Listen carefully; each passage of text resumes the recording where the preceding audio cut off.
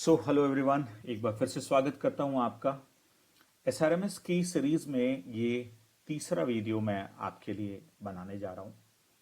एक बार फिर से मैं पहले दो वीडियोस जो बना चुका हूं उसके बाद नेक्स्ट कौन सी वीडियो वो नेक्स्ट कौन सा स्टेप है जो आपको एसआरएमएस में करना है, उन्हीं उसी एस्पेक्ट पर मैं वीडियो बनाऊंगा। तो एक बार फिर से मैं लॉगिन करता हूं, आपको cscbalvidyalaya.com पर चलते हैं। लॉगिन टैब पर जाकर आप स्कूल एडमिन पर क्लिक करते हैं। स्कूल एडमिन पर क्लिक करने के बाद आपके सामने sign in to continue to SRMS का ऑप्शन आता है। यूजर नेम पासवर्ड आप एंटर करते हैं और इस तरीके से आप अपने डैशबोर्ड पर पहुंच जाते हैं। अब डैशबोर्ड में हमने एक ओवरव्यू ऑलरेडी डैशबोर्ड का कर लिया है। हमने स्कूल सेटअप पर भी एक वीडियो कर ली है। स्कूल सेटअप में academic session and class and section, इस पर हमने बात कर ली है।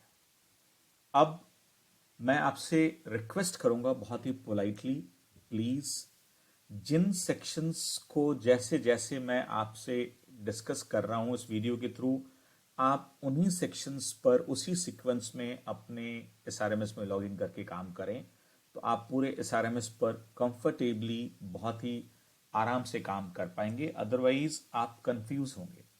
तो प्लीज मेरी वीडियोस को देखें और गौर से उन सेक्शंस को समझें और उस सीक्वेंस को भी समझें जो मैं फॉलो कर रहा हूं। वही सीक्वेंस आपको भी एसआरएमएस में अपने स्कूल को ऑनबोर्ड करते वक्त, स्कूल्स की डिटेल्स डालने से पहले या डालते वक्त आपको फॉलो करनी है। तो academic session and class and section, ये दो हमने कर लिए हैं। अब सबसे लास्ट में स्कूल सेटअप में ही, अभी देखें ये स्कूल सेटअप था, मैंने बंद किया। अब मैं इसको ओपन करता हूं। स्कूल सेटअप के अंदर जो चीजें हैं उसमें सबसे पहले है एकेडमिक सेशन और सबसे लास्ट में आप देखें अदर सेटिंग्स है। तो अब मैं आपको लेकर चलता हूं अदर सेटिंग्स पर, और वो बहुत इंपॉर्टेंट है। अदर सेटिंग्स में हमें क्या करना है, चलते हैं। अदर सेटिंग्स में आप देख सकते हैं, आपके सामने हमेशा देखें क्रिएट, एडिट, डिलीट या एक्सपोर्ट के ऑप्शंस अवेलेबल होते हैं। सेम यहां है। अभी यहां नो डेटा फाउंड है, आपके स्क्रीन पर दिख रहा है। इसको समझते हैं ये क्या है। आप लेफ्ट में देख सकते हैं कुछ टैब्स कुछ लिखी हुई हैं, लाइक कास्ट पहला टैब है। तो अभी मैं कास्ट टैब पर हूं क्योंकि ये ब्लू बैकग्राउंड हो जाता है। जो आप सेलेक्ट करते हैं वो ब्लू हो जाता है। जैसे मैं कैटेगरी सेलेक्ट करूंगा तो ये ब्लू हो गया। तो कास्ट पर था तो ये ब्लू था। तो कास्ट में आप देखें अभी कोई भी चीज हमने क्रिएट नहीं की है। कैटेगरी है, फिर सर्टिफिकेट है, फिर डेजिग्नेशन है, फिर फी अकाउंट है, फिर इनकम है, लाइब्रेरी स्टेटस, इस तरीके से बहुत सारी और चीजें हैं। तो एक एक करके इसको समझते हैं, देखते हैं और हमें एक्चुअली इसमें फिर क्या करना है और क्या हमें अभी अवॉइड कर देना है, यानी क्या मिनिमम रिक्वायर्ड है आपकी अपनी जरूरत के हिसाब से। आपको डिसाइड करना है, आपकी फ्रीडम इंडिपेंडेंसी आपके पास है इस चीज के लिए कि आपको क्या इसमें से चूज करना है, क्या छोड़ना है। हमने एसआरएमएस कुछ इस हिसाब से डेवलप किया है कि वो बहुत एक्सटेंसिव हो, फ्यूचर को ध्यान में रखते हुए कि अगर हायर क्लासेस की जरूरत पड़ती है तो हमारे पास भी सारे ऑप्शंस होने चाहिए। तो मैं चलता हूं कास्ट में। पहले इस पूरे सेटिंग का ऑब्जेक्टिव समझ लीजिए, इसका उद्देश्य क्या है।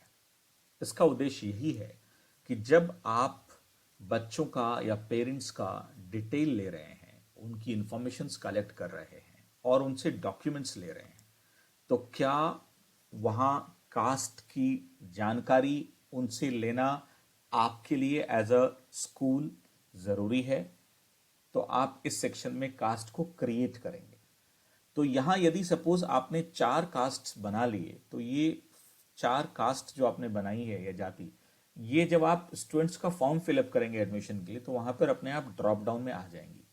आपको बार बार टाइप करने की जरूरत नहीं पड़ेगी, यानी आपकी टाइम सेविंग होगी और स्पेलिंग मिस्टेक्स के चांसेस कम होते हैं यदि कोई ऑलरेडी टाइप किया हुआ टेक्स्ट मिलता है जिसे आपको सिर्फ सेलेक्ट करना हो।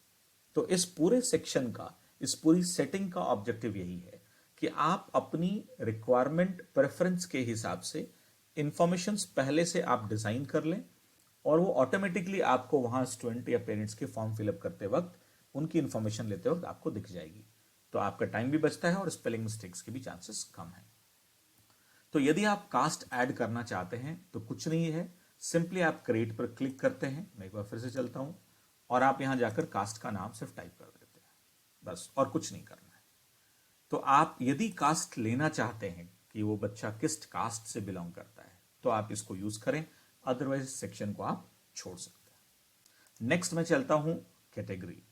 तो कैटेगरी में भी हमें ये आप देखते होंगे कई बार कॉम्पिटिटिव एग्जाम्स के जब हम फॉर्म्स वगैरह फिलअप कर रहे होते हैं तो उस वक्त इसकी जरूरत होती है, इंफॉर्मेशन ऐसी मांगी जाती है। आपको भी यदि ये रिकॉर्ड रखना है, कई बार रिकॉर्ड रखना बुरा नहीं है, मैं कहूँगा एडवाइजेबल है, आप रखें एटलीस्ट इस तरह की इंफॉर्मेशन। तो आपको पता हो कि आप कितने ओबीसी, कितने जनरल और SC/ST स्टूडेंट्स को आप एडुकेट कर रहे हैं। तो यहां पर आप देखें, मैं एक क्रिएट करके फिर से एक करता हूं। ऑलरेडी हमने 4 क्रिएट की हुई हैं, जनरल, OBC, SC/ST। और फिर भी अगर आपको एक और हमेशा सेफ्टी के लिए क्रिएट कर लेना चाहिए, अदर्स। तो मतलब एक ऐसी कैटेगरी है जो इन 4 में फॉल नहीं करती, तो उन्हें आप कहां रखेंगे? तो आप अदर्स क्रिएट कर सकते हैं। आप चाहें इन सभी को कभी भी एडिट कर सकते हैं, यहां क्लिक करके आप उनकी नेम स्पेलिंग चेंज कर सकते हैं। तो इनको आप एक्सपोर्ट भी कर सकते हैं इन डेटा को, हालांकि एक्सपोर्ट करने की जरूरत नहीं पड़ेगी आपको, बट स्टिल अगर आपको लगता है तो एक्सपोर्ट का ऑप्शन हमेशा अवेलेबल है। तो आप जब बच्चे का एडमिशन फॉर्म फिलअप करेंगे, आगे मैं आपको डिस्कस करूंगा, तो आपके लिए उस वक्त ये 5 जो हमने कैटेगरीज बनाई हैं ये ऑटोमेटिकली ड्रॉप डाउन में आ जाएंगे, आप सेलेक्ट कर पाएंगे। अब चलता हूं नेक्स्ट, सर्टिफिकेट पर। कई बार मुझसे आप पूछते हैं, सर कौन कौन सा सर्टिफिकेट लिया जाना चाहिए? मैं ये समझता हूं आप बच्चे का बर्थ सर्टिफिकेट यदि है जरूर लें, आप आधार कार्ड भी ले सकते हैं, आप बच्चे का डोमिसाइल सर्टिफिकेट यानी निवास प्रमाण पत्र, आप उसका जाति प्रमाण पत्र भी ले सकते हैं। और ये सारे सर्टिफिकेट्स आप उनसे ले रहे हैं तो आपको चूज करना पड़ेगा कि आप ये सर्टिफिकेट उनसे ले रहे हैं और वो डॉक्यूमेंट आपको अपलोड करनी पड़ेगी। तो आप यहां से जाकर क्रिएट कर लीजिए। जैसे मैं अगर एक सर्टिफिकेट लूं, सपोज मैं कास्ट सर्टिफिकेट या इनकम सर्टिफिकेट ले रहा हूं, अगर पेरेंट्स का इनकम सर्टिफिकेट, तो आप यहां पर क्रिएट कर सकते हैं। आप यहां पर क्रिएट कर सकते हैं कास्ट सर्टिफिकेट भी।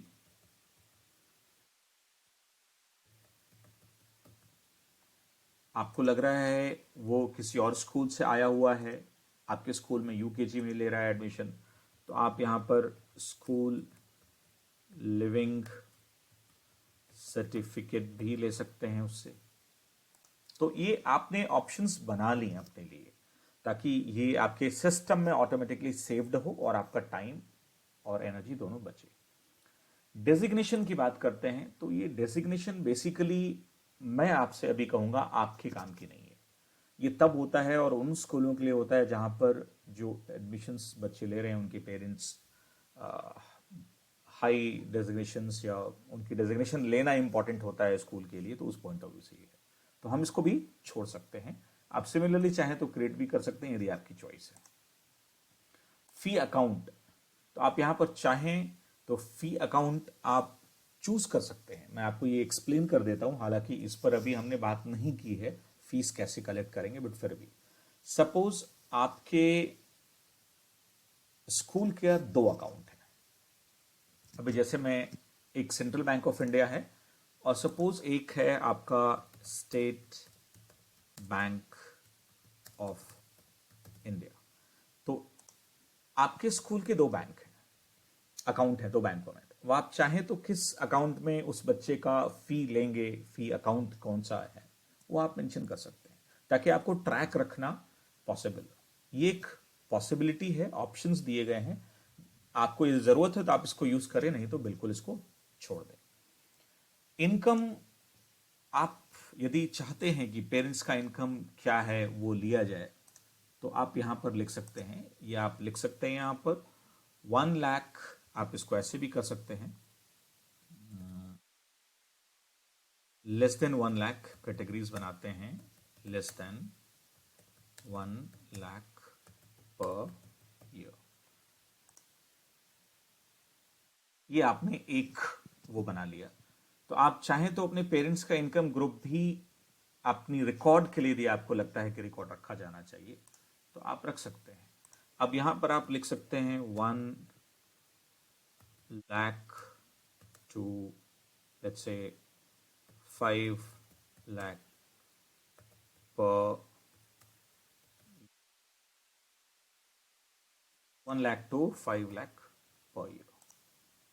तो कुछ पेरेंट्स है जो इस कैटेगरी में फॉल कर रहे हैं, कुछ पेरेंट्स है फर्स्ट कैटेगरी में। ये कंप्लीटली आपके हाथ में है, आप अपने हिसाब से इस सेक्शन को भी डिजाइन कर सकते हैं। लाइब्रेरी स्टेटस, आप चाहें तो स्टेटस बच्चे का, यदि वो चूंकि नया स्टूडेंट है तो मैं कहूंगा अभी हम इस सेक्शन को भी यूज नहीं करें।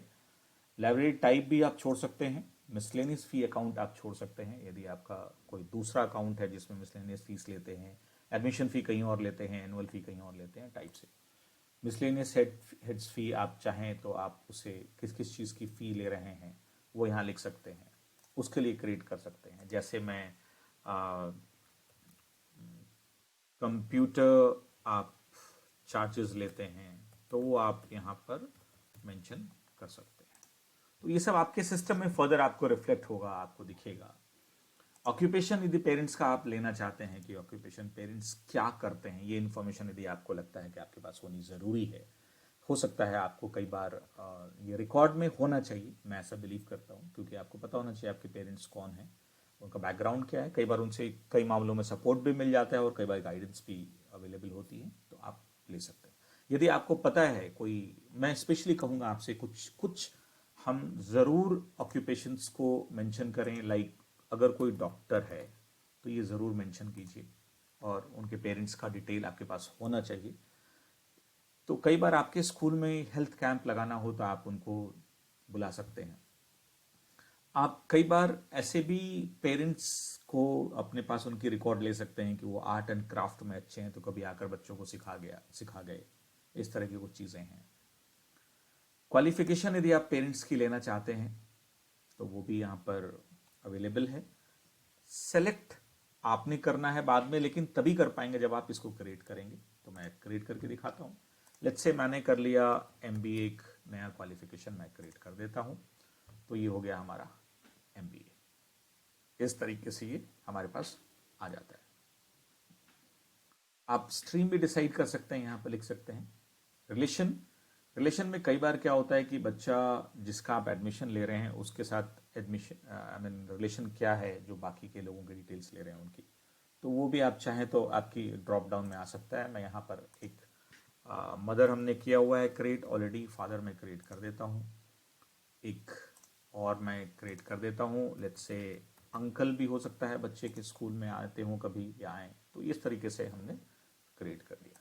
रिलीजन ऑलरेडी मैंने क्रिएट कर रखा है, आप सिंपली यहां से जाकर के क्रिएट ऑप्शन पर जाएंगे और जाके आप रिलीजन का नाम टाइप करेंगे तो ये क्रिएट होगा। मतलब अभी तक जो मैं कर रहा हूं आपको, जो चीजें दिखा रहा हूं, ये बेसिकली आप अपने स्कूल को सेट कर रहे हैं, स्कूल की सेटअप तैयार कर रहे हैं, स्कूल की SRMS पर कैसे वो फंक्शन करेगा, क्या क्या डिटेल्स कहाँ कैसे चाहिए होंगी, वो वहाँ अवेलेबल हो या ना हो, वो अभी आप अपनी प्रेफरेंसेस चूज कर रहे हैं, आप अपने स्कूल की सेटअप कर रहे हैं। तो उस पॉइंट ऑफ व्यू से ये वो पार्ट हो गया जो मैंने आपसे कहा था अदर सेटिंग्स में जाकर हम करेंगे स्कूल सेटअप में। तो इसके पहले वाली वीडियो में मैंने academic session class sections discuss किए थे, इस वाले में हमने डिस्कस किया अदर सेटिंग्स, बहुत डिटेल में किया है, आप इसको देखें समझें। इसके बाद फिर हम चलते हैं नेक्स्ट अगली वीडियो में, जो मैं आपसे डिस्कस करूंगा वो ठीक वही स्टेप करूंगा जो अगला स्टेप आपको करना है इस SRMS में, उसके हिसाब से करेंगे। So thank you so much. छोटे छोटे वीडियोस बना रहा हूं ताकि आपको हेल्प हो पाए। Thank you so much once again and see you in the next video. Thank you.